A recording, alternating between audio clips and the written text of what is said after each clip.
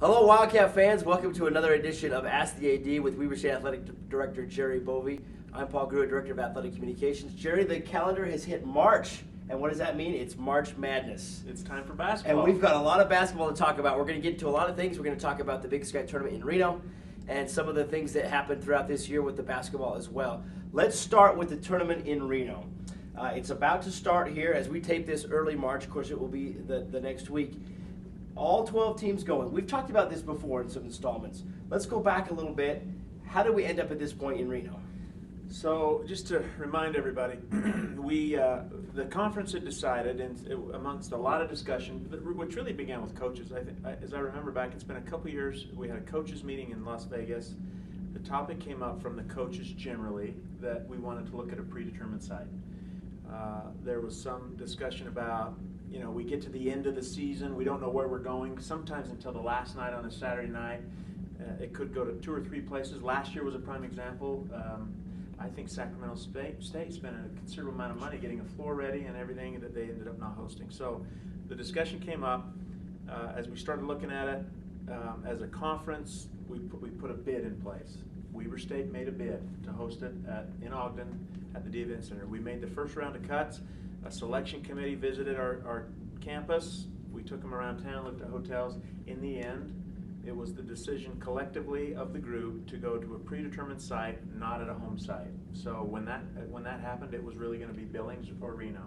For us, when it came down to those 2 sites, Reno's a better situation, and I think our fans can get there easier than Billings. And Billings was problematic for me because it still is a home site advantage really for those 2 schools. So it wasn't necessarily a vote that Weber State voted to do this. I don't know that there was a vote. I sometimes hear that or see people say, why did you vote on this? I didn't really vote on it. We voted to come to Ogden. Right. And ultimately the presidents looked at all of it and decided collectively that this is where we were going. Or when the discussion came into play that we were going to go to a neutral site, predetermined, then it really took us out of the mix to be able to host it. Yeah. So There's really a lot that Reno can offer now with the hotel so close. It's a block away.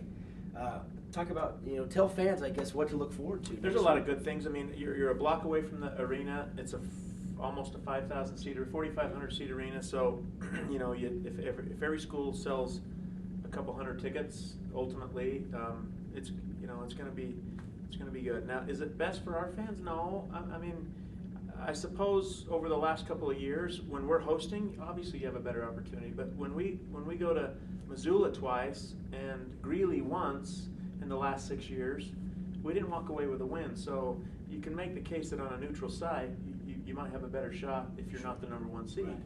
So in the end, it's what our lot in life is, and we're going to make the best of it. I hope our fans will embrace it and go. I realize it's a long week, but if you're interested on the men's side, you go and watch Thursday, Friday, Saturday, and I think the basketball will be very good. We saw that this week. We got a taste of that, last week as we played Montana and Montana State at home. We're going to be playing those kinds of teams as we go down the stretch, and we're going to need all the help we can get. Also, all 12 teams will compete in it. There's been some discussion about that too. But this is basically what most conferences around the country seem to do. Yeah, so other than the Pac-12, we're the biggest with 12. The Pac-12 does it in successive weeks. So they have a 12-team format on the men's side, and then they do a 12-team format on the women's side in 2 different weeks. This is the biggest tournament with 24 teams in one place. So, the logistics of it and putting it all together, our conference has done a great job to work through the details of this. It's a lot of work. It's the first time really that our staff at the conference office has to manage the day in and day out operations of this tournament. So, there's a lot of things to iron out. Will it get better? I think so. I get asked a lot, how long are we there? Right now we're there for 3 years. We're committed to 3 years. So we've got to make the best of it. Whether we like it or not, it's what it is, and I hope that our fans will embrace that and come and support the team. Boy, it's going to be a basketball fan's dream. It really is. A lot of games so to many watch. games. And the women's team playing very well also. Yeah. They're right in the thick of things We're too. at 18 wins right now. Yeah. I mean, I think, if things go well this week and getting into depending on where we go, we could hit that 20-win mark, and that'd be a great achievement for Coach Ord and her team. Well, looking forward to March Madness. Again, Big Sky Tournament in Reno, March 7th through 12th. Not too late, of course, to buy tickets through Weber State, weberstatetickets.com. And the tournament will begin. It should be a lot of fun, really well. we talked a little bit about the basketball season. We saw last week the final 2 home games, Montana State, Montana. Terrific crowds, great energy, and a lot of fun. Let's talk about the whole season in general and maybe some takeaways from the home seasons and some things that you'll want to look at going forward. Yeah, I think I'm really looking forward to, once we get through this season, to getting our staff together and maybe a group from outside just to come in and talk about where we're at. There's no question that we're a little flat right now with regard to attendance, and we've got to look at all of the reasons. I hear the argument that TV is taken away, and as we've kind of done a deep dive on the numbers, I'm not seeing that. Our gate revenues really haven't taken a dip at all. So what that indicates to me that, 2 things happened this year. We were televised, and we pulled back on some of the complimentary tickets that were out there in the community. So it was, in a way, it was doubling down on kind of resetting the table. But our walk-up crowds and our gate really hasn't changed at all as we looked at it. So what that could tell you is that the ones you may have lost are the fringe fans that are happy to watch it on TV and maybe wouldn't come without a free ticket or a greatly reduced ticket.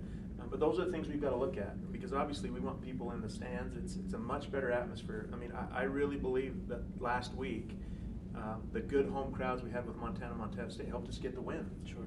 In 2 tough games. So, to maintain a home court advantage, you got to fill the place up, and we've got to figure out our student situation and how we can get them out, and we've got to figure out how we can pack the lower levels of the event center and then move upward to fill the place up. So we're going to take a deep dive.